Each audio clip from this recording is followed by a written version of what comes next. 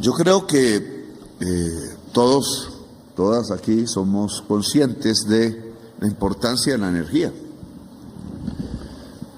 Es un insumo para el trabajo, indudablemente. Ha crecido en el tiempo de la humanidad. Antes prácticamente no usábamos energía no humana. Bastaba con la fuerza muscular sobrevivir, pero sobrevivir muy mal. En el planeta, muy pocos seres humanos existían en aquel entonces y prácticamente no podían tener excedentes, comían lo que necesitaban, frutas, peces, si había, y si por alguna razón entraban a terreno en donde no se ofrecía lo suficiente por parte de la naturaleza, pues moríamos, así de simple. Las tasas demográficas de aquel entonces debieron ser muy bajas. Hay una investigación en ese origen que no es del caso tomar aquí, sino mirar el punto de partida ya hace centenares de miles de años. Hoy es imposible vivir sin la energía. Ninguna comunidad, por muy aislada que esté de los desarrollos productivos modernos, puede vivir sin energía. Es muy difícil encontrarla. Y la energía se ha convertido en uno de los grandes debates y problemas de la humanidad. Porque si bien es cierto, sin energía no podemos pensar en algo que se llama bienestar o progreso, hasta el desarrollo del pensamiento, que es el verdadero progreso humano, es impensable sin laboratorios, sin instrumentos que utilizan intensivamente la energía.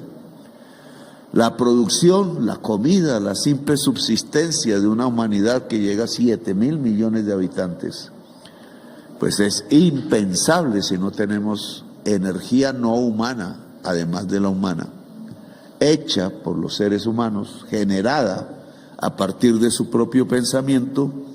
Pues hoy hemos llegado a un punto de decisión del cual depende la existencia de toda la especie, no solamente humana, sino de todo lo que nos rodea, desde el punto de vista de la vida. El planeta puede seguir, indudablemente afectado en su atmósfera. No será una atmósfera para la vida, quizás algunas especies puedan sobrevivir y dar el paso siguiente en la evolución hacia unos desarrollos de la existencia donde ya nosotros no estaremos. Y ese tema que pone la ciencia en discusión, miles y miles de científicos en todo el mundo, aglutinados en las Naciones Unidas, que viene a ser nuestra única instancia de coordinación de la humanidad. A partir de los estados, podría ser diferente, pero es lo que tenemos hoy. Esa instancia de coordinación humana planetaria, pues es la que se ha encargado de centralizar la investigación científica, de informarla de vez en vez a toda la gente, hasta donde la información alcanza, hasta donde la prensa o los medios de comunicación quieren lanzarla, hasta donde los gobernantes son sensibles y transmiten lo que la ciencia ha encontrado y encontrará. Lo que ha encontrado es esto que acabo de decir. Es dantesco, dramático. Un sistema de producción no nació con nosotros, hace parte apenas del último barniz histórico de la humanidad, de los últimos tiempos, pero tiene el potencial de destruir toda la especie. Y es el uso de la energía fósil, así la bauticé, le dicen energía sucia, etcétera. Es un sistema de sostenimiento vital y de acumulación, he ahí el problema, de acumulación de la riqueza que se hace sobre la base de especies muertas hace mucho tiempo, que es lo que configura el petróleo, el carbón. Pensado desde otra óptica, es una especie de sistema que nos permite vivir, pero basado en la muerte. Nos alimentamos de una energía que fue vida en el pasado hace millones de años y hoy es muerte. Y de alguna manera esa muerte se transmite, no lo sabíamos, no como los virus, aunque los puede desatar, sino a partir del calentamiento de la atmósfera. Ese es el avance científico, eso se descubrió en el siglo XIX, no es de ahora, sino que no le habíamos puesto cuidado. Solo hasta los años 60 se ocultó la información por las empresas de petróleo privadas, y a partir del 60 empezó a fluir lentamente. El primer artículo periodístico apareció en el New York Times por allá en el año 82, 83, y hasta ahora incluso todavía parte de la humanidad no cree, presidentes no creen el resultado de la ciencia, incluso de los países más poderosos de la Tierra, que es peor. Lo que dice esa ciencia entonces es que el calentamiento global cambia tan dramáticamente el clima que todo el ciclo vital se transforma, se desordena, y ese ciclo vital del cual nosotros somos lo último en guaracha por el desarrollo de nuestro cerebro, los mamíferos pensantes que nos convierte en la especie más elevada de todas las especies de la Tierra. A los animalistas no les gusta que hable así, pero es la realidad. Y eso nos hace responsables. Los otros no son responsables. Ningún perro, ningún gato, ningún pez, ningún arbusto es responsable, ningún virus, de lo que puede acontecer, solo nosotros. Porque tenemos un pensar que es eminentemente político. No solo pensamos en cada uno de nosotros como por instinto, sino que pensamos en lo demás. Somos una manada, somos una especie en manada. No podemos sobrevivir solos. El cuento de Robinson Crusoe termina con que se encuentra con otros. Siempre, si no, hubiera muerto. Loco o lo que sea, porque cada uno de nosotros, de ustedes, hombres y mujeres, está diseñado genéticamente para ayudarse, para ayudarnos, y es la ayuda lo único que nos mantiene aquí. Bien, ahora nos toca ayudarnos, porque hay un peligro inminente de extinción. Quizás nunca hemos vivido una etapa así, no la recordamos. Hemos muerto en batallas, en problemas, en pestes, acabamos de pasar una. La que pasamos ya es producto de la crisis climática. Pero estamos viviendo una época de extinción que se puede frenar si nos ayudamos. He ahí la parte positiva del asunto. Pero tiene que ser ya, tiene que ser rápido. Dentro de 10 años es demasiado tarde. Y ahí mi afán como dirigente político. Afán que trato de volver presión sobre todos y algo más de los que están aquí sentados, porque hay que actuar rápido. Cada pensadera, cada aplazamiento, como la carretera de Popayán, el Estanquillo, aquí es mortal. Se mide en muertos, y la cantidad de muertos no son 1, 5, 50. Son decenas de miles de personas. Cada oleada de calor en países del frío, de las nieves, mata miles y decenas de miles de viejos. Cada virus que se destapa, pues ya vivimos la experiencia, pues puede arrastrar 1 millón de muertos, 2 millones de muertos, 6 millones fue el último virus. No fue bien de pasada al mundo, no tanto a Colombia, que no teníamos un sistema de salud adecuado para resistir un virus que se resiste si tenemos un sistema de salud preventivo, si lo detectamos. Miren la diferencia, nos arrolló el virus COVID-19 más que al promedio del planeta. Pero cuando nos apareció en las zonas ya templadas el virus de la fiebre amarilla, que ahí lo que hay que acuartelar no es al ser humano, sino a los micos, que no suban, en realidad no a los micos, al mosquito, que no suba de determinada altura, Pues nos fue muy bien, porque prácticamente hoy podemos, aún no oficialmente, decir que superamos el virus de la fiebre amarilla. ¿Pero por qué ese éxito? Porque tenemos hoy un sistema preventivo de salud que resistió el virus. ¿Por qué detuvimos la fiebre amarilla? Porque la reforma a la salud no esperamos a que se aprobara en el Congreso, sino que la fuimos implementando de una vez, extendiendo a través de miles de enfermeras, médicas, médicos y personal de la salud en los territorios rurales, allá donde está el mosquito, pues equipos que podían estar en contacto con la población. El 90% de la población rural fue vacunada en las zonas donde apareció y no se expandió más. Eso no hay que cantar victoria siempre, pero no se expandió más. La gente puede ir de vacaciones hoy con tranquilidad. Y estuvimos a punto de frenar las vacaciones allá en Melgar y en esos lugares. Aquí, si se hubiera metido, hubiera sido a las zonas cálidas de Nariño. Bien, entro al tema. Este es el contexto. Esto es lo que nos mueve a hacer una revolución energética, que debería ser un movimiento social. Si no lo logramos, que la gente sienta que el tipo de energía hace parte de su vida, no solo por el costo, que es más barato, sino por su existencia y la de sus hijos y las de sus nietos, y de ahí ya no pasamos.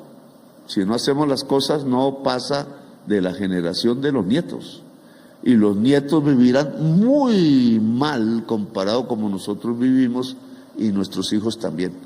Esta es la primera generación de la humanidad que puede decir somos los que más consumimos de todas las generaciones de la existencia humana, pero es la primera que tiene que decir que sus hijos vivirán peor que ella. Mire ese cambio dramático, porque eso, mi papá no pensaba así. Yo de joven no pensaba así. Cuando tuve mi primer hijos, pues dije que este muchacho vaya a vivir mejor que yo. Hoy eso es un imposible. Nos creemos la ilusión, nos la venden en las cuñas comerciales, pero científicamente la generación de nuestros hijos vivirá peor que nosotros si nosotros no somos capaces de hacer esta revolución. Y tiene esto unos dirigentes para hacerla. Obviamente la presión de la población tiene que existir, si no los dirigentes no se apuran. O pasa como en ciertos países que no puedo mencionar, que hasta el presidente dice, no, lo que hay que hacer es, ¿cómo es que dicen? Perforar, perforar y perforar. Y me lo dice la prensa todos los días, me presiona, y los gremios, no se me acuerdo cómo se llama el gremio del petróleo, que es de un azucarero, ¿cierto? Lo dirige un azucarero, que es el señor Llorera. Pues ¿cómo? ¿Ya no? ¿O él lo dirigía antes? Entonces, ese señor, mire la matemática, que yo llamo irresponsable, porque él vive de un empresariado muy poderoso en Colombia, los azucareros, pero ya no hacen azúcar. Mayoritariamente hacen etanol. Y en un gobierno no muy lejano decidieron que el precio del etanol no era el del costo de producir, como todo empresario, sino el precio internacional de la gasolina. Hace parte del precio nacional de la gasolina que se construye sobre la base del precio internacional. ¿Cuánto ganan esas personas? Con los otros negocios, incluso ilícitos, no ganan tanto. Claro, produce un Valle del Cauca verde, pero desértico también. Bueno, esa es otra discusión que ya la sociedad del Valle del Cauca tiene que dar. Porque si va agotándose la comida por efecto de la crisis climática, la tensión social sube, la violencia sube y la paz pasa por el Valle del Cauca por tener comida y capacidad de sembrar comida en el Valle del Cauca. Aquí tenemos una oportunidad, energía. No me extiendo más porque ustedes se me cansan.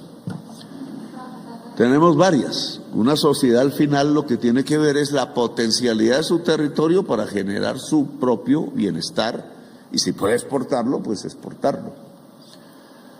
Las condiciones de Nariño, diverso, siempre hemos hablado de 3 grandes áreas, el amazónico, que tiene un signo, se llama bioeconomía. La bioeconomía, no y el otro área que es cayendo al Pacífico. La mayor extensión en biodiversidad, la selva.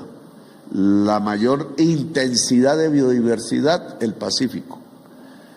Cierto, pues nuestra historia nos dividió casi que en castas y en las regiones a veces no se ve por la división social que se produjo en la historia de Colombia, a veces no nos vemos ni entre regiones, no nos queremos, o en la misma región hay divisiones profundas.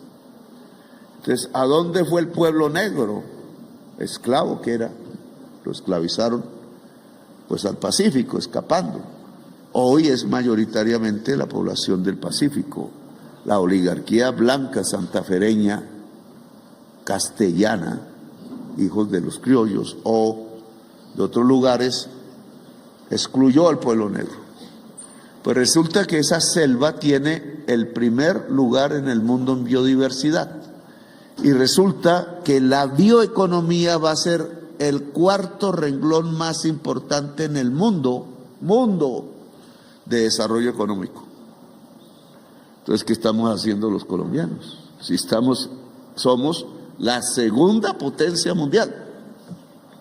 Imagínense, si la bioeconomía es la 4ª, va a ser, no es que sea, eso implica investigación, estudio, ciencia por todos lados, científicos, científicas, jóvenes estudiando esta materia, saberes populares, porque no solo se aprende ahora, ya se supo antes. Si la bioeconomía es el 4º potencial económico del mundo, y nosotros somos como Colombia la 2ª potencia y quizás como Gran Colombia la 1ª, entonces ¿cuál es el futuro que nos espera? Si sabemos corregir ciertos errores de esta misma sociedad que hemos producido, nosotros tenemos un futuro brillantísimo, solo falta es estudiar, porque solo falta no destruir el potencial, porque si quemamos la selva, pues hasta ahí llegó. Y Nariño la tiene por el occidente y por el oriente.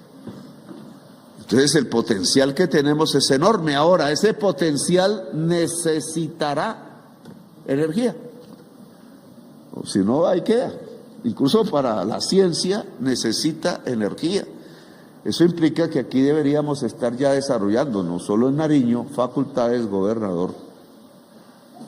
Facultades en primer lugar en el litoral pacífico, facultades también en la caída hacia la selva amazónica, obviamente expandir las que ya están en el área andina, no ver eso segmentado. La Universidad de Nariño, y hay más, pero debería estar en Tumaco. Una vez pregunté eso. En Tumaco fue la nacional y se robaron la plata. Ahora estamos reabriéndola, ¿cierto? Esa es la nacional en Tumaco. Pero Nariño debería... no puedo yo incidir porque ahí existe la autonomía universitaria, pero sí aconsejar que debería centrarse mucho en las ciencias de bioeconomía de la nación. Generar en la juventud científicos y científicas de la bioeconomía, porque aquí está el potencial. Hay en otras partes, pero aquí hay. Ahora, ¿con qué energía? Entonces volvemos a nuestra discusión inicial. Pues no puede ser petróleo y gas, porque lo que haríamos es asesinarnos, o sea, suicidarnos. Lo que está haciendo la humanidad hoy es suicidarse como especie. A eso se le llama omnicidio, dice un filósofo. Omni, todo, cidio, matar todo lo vivo, incluidos nosotros mismos. Tenemos un sistema económico omnicida en el mundo. Y sus capitales pues no están aquí, están en otra parte. Entonces, si queremos saltar hacia un sistema económico que será bioeconómico en Nariño, que da progreso, que va a dar riqueza colectiva, social, y que va a dar mucha ciencia, que es una forma de medir la riqueza, porque yo creo que la riqueza no es cuánto tenemos, sino cuánto pensamos, cuánto tenemos en la cabeza, que es colectivo, porque el pensamiento no es individual, sino colectivo en la humanidad. Entonces la energía se nos volvió un tema fundamental hoy para nosotros, para esta generación, para la de nuestros hijos. Si no tomamos las decisiones nosotros ahora, ya es tarde. Ellos morirán temprano por virus o algunas circunstancias de las que ya hemos visto aparecer. Luego nos toca a nosotros. Entonces el sistema universitario nariñense tiene que apropiarse de su potencialidad para que esté lista la población a irla volviendo y transformando en riqueza en la medida en que esos desarrollos científicos crezcan. Pero tenemos que dotar de energía. Y hasta ahora la energía es pobre en Nariño. En Colombia en general es carísima, no debería ser cara. Es cara porque una oligarquía, llamémoslo así, de la generación eléctrica lo impone. La energía de Colombia no es cara, hoy por hoy, porque la mayor parte de su energía es agua, 60%, 70 veces. Ese agua no tiene costo hoy. Tuvo un costo hacer las represas, pero hace tiempos que pagamos las represas. Entonces lo único es pagar los trabajadores que cuidan, mantienen las máquinas y hacer la batimetría que no se hace. Ministro de Minas, pues con el superintendente de servicio es obligatorio ordenar la batimetría de los embalses en Colombia, porque nosotros los vemos grandes desde arriba, pero pueden estarse colmatando y nuestro potencial de energía disminuir. Pero esa es la energía que tenemos en mayoría y es barata. Solo la caída mueve las turbinas. Y la caída es natural ya. Se hizo por el ser humano, pero hoy es natural. Hoy cae porque cae a menos que no haya agua, que es cuando tenemos las sequías y tenemos momentos más difíciles. Entonces, ¿por qué pagamos tanta energía?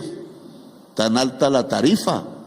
¿Por qué la CREC, ministro de Minas, hizo una fórmula hace como 10 años, será, que hace que cada usuario pague el costo no de la caída del agua, que es barata, sino de la extracción del gas y de su utilización en una termo en base a gas o con líquidos diésel derivados del petróleo en otra termo que usa líquidos?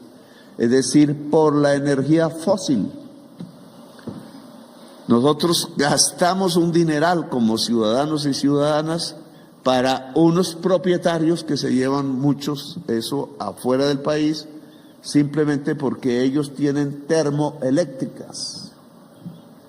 Y el costo de la termoeléctrica es 10 veces más alto que el costo de la caída del agua. Si no tuviéramos termoeléctricas, nuestra tarifa de agua sería 10 veces menor. Ahora, ¿quién se gana la plata? No es la termoeléctrica, porque ahí cuesta producirla, generarla. El que se gana el billete son los dueños de las hidroeléctricas, porque les cuesta muy poquito, 10 veces más, pero venden al precio que le toca a la termo. Eso es una estafa. Así no es en el mundo. Ningún experto puede decir que ese sistema funciona. Es simplemente un feudalismo dentro del sistema eléctrico colombiano. Se mantiene porque la prensa, como son los dueños más ricos del capital en Colombia, pues están metidos con los ricos de las hidroeléctricas. Hay hidroeléctricas públicas, locales, y entonces ahí hacen una maniobra de captación de recursos del resto del país. Pero la mayoría, como Isagen contó aquí, pues son privadas. Les estamos regalando la riqueza de Colombia. Y no nos desarrollamos, entre otras cosas, no hay tanta industria como podría haber, tanta agricultura como podría haber, porque eso necesita energía y la energía es costosa y nos eleva los precios, y cuando vamos a comparar nuestro aguacate con el aguacate mexicano u otro, pues nos sale más caro. Si disminuimos los costos de energía, pues podríamos vender mucho más, y mucha gente hoy con hambre por el costo de la comida podría comer en todas partes. Y entonces aquí tenemos un problema que es el que se discute en este momento en Colombia y nosotros aquí. ¿Cómo se puede disminuir la tarifa? Me lo han impedido 2 veces los magistrados del Consejo Nacional, Consejo de Estado. 2 veces me han tumbado los decretos. Entre otras, ha salido la noticia hoy que el magistrado Ibáñez, que yo respeto mucho, presidente de la Corte Constitucional, que no le gusta la reforma pensional. No he podido entender por qué no gusta la reforma pensional. ¿Qué daño nos hace que los viejitos que están en la calle tengan un bono pensional? Como todo eso se va en...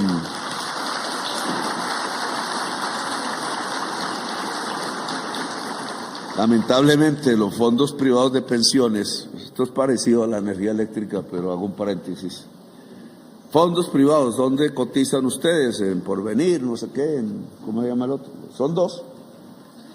No hay sino 2, porque los otros 2 son muy débiles, solo 2.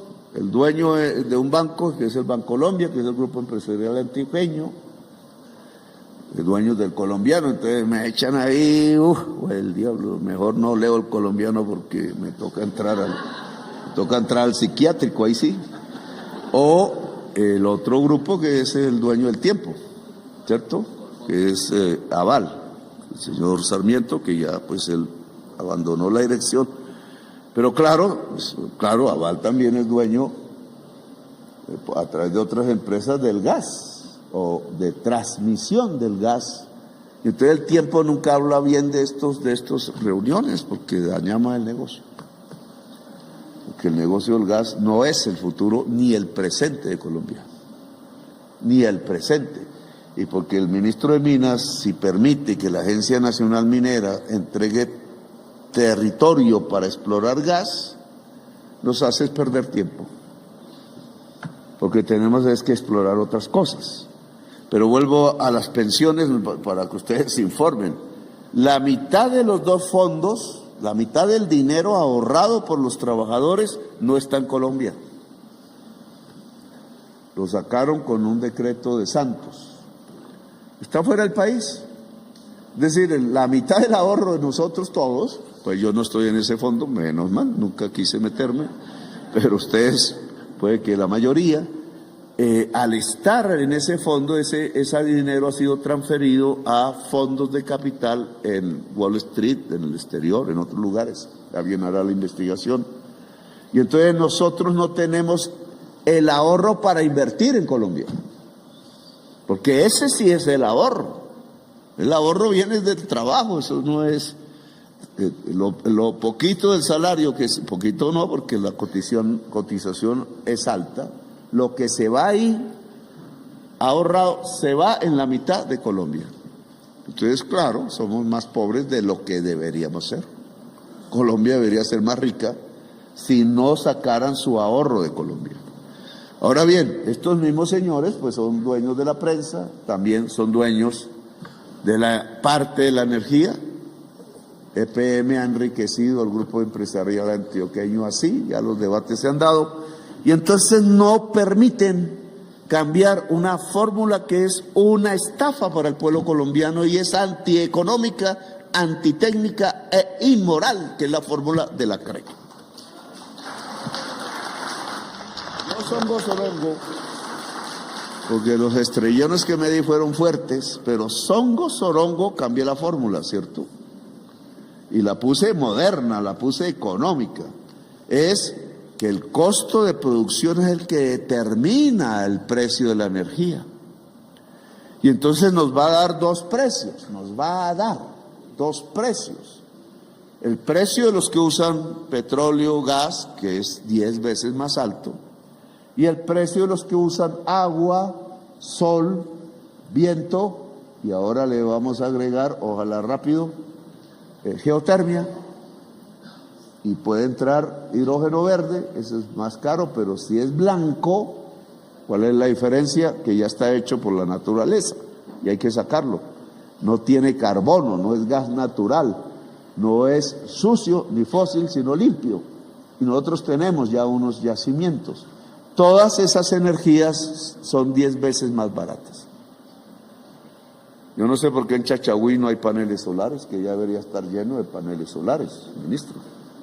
Y otros lugares, entre más sol, más barata es la energía.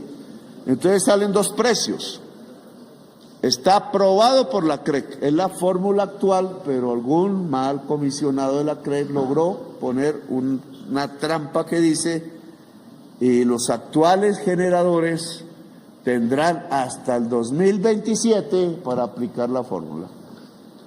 Ya están esperando que yo me vaya al gobierno y están esperando ellos volver al gobierno para tumbar la fórmula de la CREC. Ustedes pueden ver.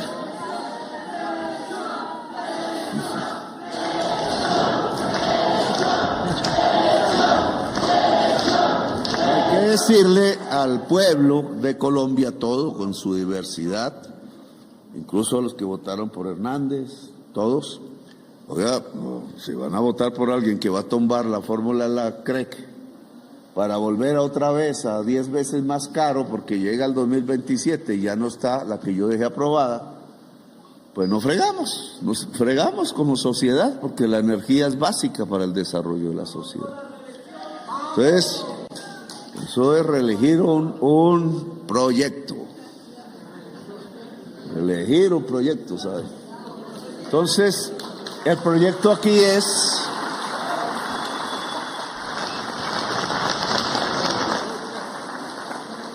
Decía Leiva, es que tiene que quedarse Petro en el poder, porque si no se va para la cárcel. Pero si él quiere matarme primero, ¿cómo me voy a ir para la cárcel? Tiene involucionado el pensamiento. Pero bueno, vamos a este tema y finalizamos. Entonces, las energías limpias coinciden por su tecnología en que son 10 veces más baratas que las energías fósiles que hay en Colombia, o sea, petróleo, gas y carbón. Nosotros hemos vivido durante los últimos 50 años del petróleo y del carbón. Mire el problemón.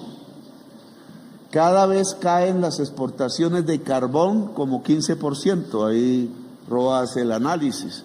Las de petróleo como 16, 17% en promedio. Eso no es porque Petro prohibió exportar carbón o petróleo, no. Eso es porque nos compran menos. Porque desgraciadamente el petróleo colombiano es pesado y entonces de los primeros que desechan. Los chinos dicen que descubrieron una fórmula con los venezolanos, que también tienen petróleo pesado, para volverlo menos pesado. Allá le toca ir a averiguar, así se pongan bravos de que usted va a Venezuela. Tiene que ir a Venezuela para mirar, porque si no hay ahí... Pero ya Edwin perdió el miedo. Pero el problema, nosotros somos gran colombianos, ¿cómo vamos a dejar que nos pongan a guerrear entre nosotros si tenemos la misma cuna? Somos como dos hermanos peleando por nada. Entonces, no digo que no se peleen, porque sí se pelean. Entonces, miren lo que tenemos. Dependemos del carbón y del petróleo y tenemos que dejar de depender. Ya, lo más rápido. Estamos dando pasos, no me quedé dormido. Cada vez tenemos más turismo, cada vez tenemos más agricultura, cada vez abrimos más universidades, pero eso hay que seguirlo haciendo. Ese es el cambio. Eso significa, y Roa ahí se pone así porque todo su ejecutivo, aquí parte presente, pues vive del petróleo, como el Colombia. Y entonces, ¿qué va a pasar con Ecopetrol? Pues si lo dejamos así, quietico, si no nos metemos y dejamos que, ¿cómo se llamaba el anterior gerente? Felipe, que alcanzó a hacer un proyecto de energía solar, de hidrógeno, pero no fue blanco, sino azul, dijo, ¿cierto? Pero eso es metiendo el petróleo para volverlo gas, es lo mismo. Entonces Ecopetrol no se ha alejado en su mentalidad de la necesidad de separarse del petróleo. Yo le he pedido a la UIS, ayúdenme en eso, gerente de Ecopetrol, o usted, presidente de la Junta, que la Facultad de Ingeniería de Petróleos agregue estudios de energía limpia para que el ingeniero salga en las dos materias preparado, porque va a tener que usar más la ingeniería de energías limpias que la de petróleo. Y los que ya estudiaron eso hay que abrir especializaciones de energía limpia. Es fundamental porque es la ingeniería que tenemos hoy. Y hay que prepararla para la energía limpia. Y los trabajadores de Ecopetrol, que hemos mejorado en sus condiciones, deben prepararse. ROA tiene que volverlos trabajadores y no contratistas, pero tienen que prepararse a trabajar técnicamente las energías limpias. Y hay que lograr pasar una ley en el Congreso de la República, Edwin, que permita que Ecopetrol genere energía para la sociedad colombiana, no solo para sí mismo. Porque si no, estas cifras seguirán siendo pequeñas. Y discúlpeme porque yo soy más ambicioso. 0,5 megavatios de energía renovable, que no es limpia, ojo. Ya esa observación se las he hecho en varias reuniones. Renovable es sembrar un poco de tierra con caña de azúcar y volverla etanol. Se puede volver a sembrar. Pero eso no es energía limpia, el etanol igual tiene CO2 que lanza a la atmósfera y nos friega a la humanidad. Entonces es limpia. Entonces aquí hay una deformación que no han querido corregir, y es que no es renovable. Toda energía limpia es renovable, pero no toda energía renovable es limpia. Entonces aquí hay que ajustar, pero 0,5 giga, nosotros consumimos 20 y creceremos a 22, 26 dentro de 4 o 5 años, entonces hay que planificar eso. 0,5 es muy poco, doctor Rialto, es muy poco. Nosotros habíamos pensado en 3, aunque sea, por el lado de Ecopetrol, del grupo Ecopetrol. Tenemos hasta ahora 0,5 y ya se ha comprado 0,2 con el DENEL, vamos en 0,7, nos podemos acercar a 1, pero hay que llegar a 3.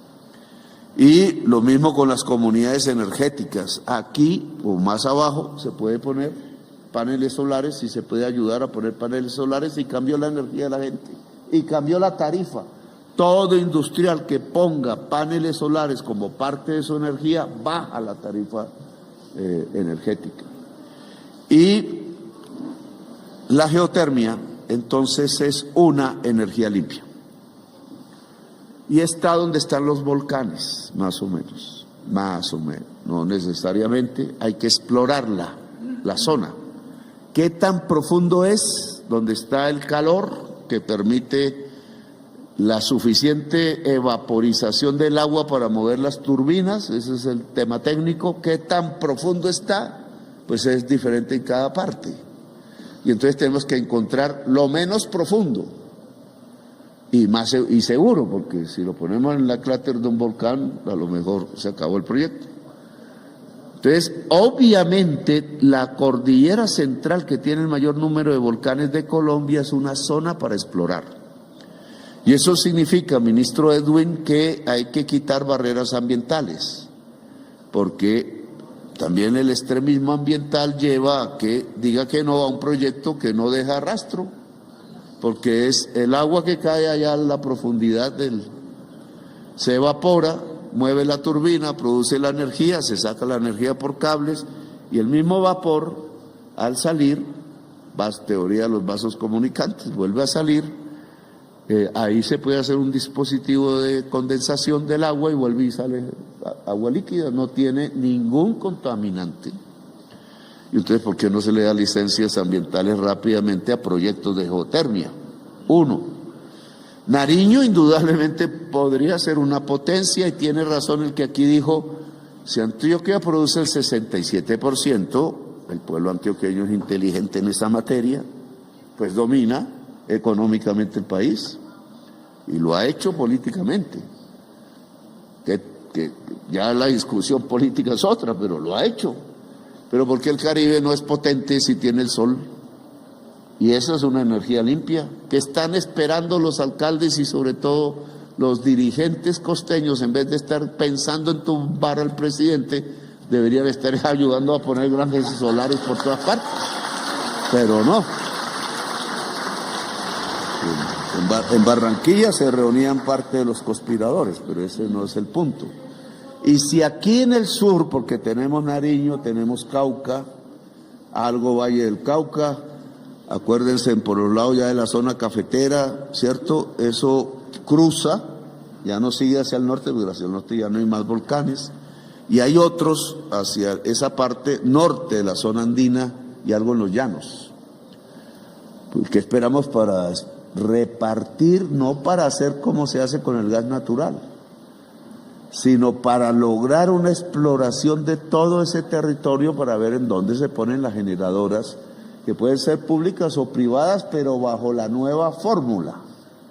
La licitación que tiene que salir del Ministerio de Energía ahora es sobre, y se traza al mundo, a las empresas que quieran, con la nueva fórmula. Ojo, error de la ministra anterior que lo hizo con la vieja fórmula y nos metieron los dedos en la boca.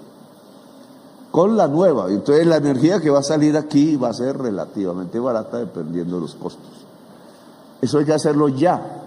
No solamente la exploración para geotermia, sino la exploración para hidrógeno blanco, no gas natural, hidrógeno blanco, que no pelea con el medio ambiente. ¿Listo? Los minerales de las energías limpias.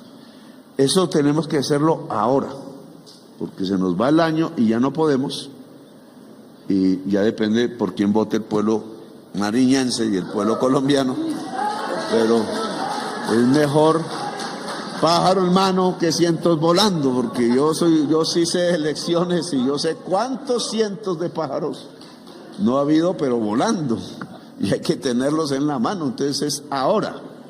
Y ese es, digamos, lo que quería decirles. Ecopetrol obviamente aquí tiene un papel. Si Ecopetrol pone un chip de energías limpias, le pido que haga una vicepresidencia de energías limpias. Ya está. Y con alguien que quiera eso, que el chip de Ecopetrol se vaya volviendo energías limpias. Yo hablé del magistrado Ibáñez y no quiero dejar ahí una cosa mal hecha. Lo que pasa es que volvieron a discutir el proyecto, no el proyecto, sino a tratar de hundir el proyecto aprobado como ley de reforma pensional, sobre la base de que al subsanar, que ya lo hicimos, no quedó bien subsanado. Y entonces quieren que se queme unos días para que el magistrado último que se eligió se posesione intentando inhabilitarlo. Mire cómo es. Yo no entiendo la verdad ese mundo, porque ya se hizo ley, ya el pueblo lo quiere, ya subsanamos como nos dijeron. ¿Por qué otra vez intentar detener la aplicación de la reforma pensional en favor de dos banqueros que además quieren que se haga la reforma porque si no se van a quebrar? Los dos banqueros se van a quebrar si en masa la población se sale de los fondos privados de pensiones y se mete a Colpensiones. Y deberían hacerlo porque Colpensiones da pensiones y los otros se llevan el ahorro fuera del país. Llegamos a un acuerdo con ellos, no todo me gustó, pero llegamos a un acuerdo. A ellos les sirve, pueden mantenerse en un sistema de recolección de ahorro privado. Nosotros fortalecemos concomitantemente el público, el ciudadano se aventaja de ambos. Los que no pueden tener un salario, que es la mitad de los trabajadores de Colombia, pues pueden obtener un bono de pensión tal cual se aprueba en el proyecto. Nadie pierde en realidad. Y entonces, ¿por qué se obstaculiza solo porque Petro presentó el proyecto, el que, siendo ya ley de la República, no se vuelva ley aplicable en Colombia? No estoy de acuerdo con eso y espero que la Corte Constitucional reflexione. Nos ha acompañado hasta ahora en estos derechos para la gente de la tercera edad. No es para mí, casi ninguno aquí, por lo menos, cruza esa barrera todavía, ya casi, pero vamos a cruzarla. Entonces, ¿cómo un derecho se puede conculcar a la población colombiana? La energía es otro derecho. Entonces, esta primera inicio de exploración, ¿cuánto tiempo tienen pensado que durará? Es mucho tiempo. Ojalá acelere. Eso es abrir pozos. Ecopetrol sabe abrir esos pozos.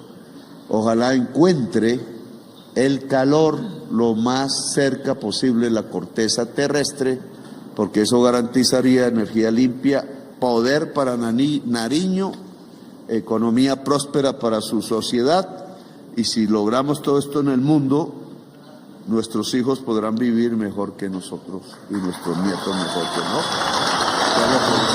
Gracias, muy amable.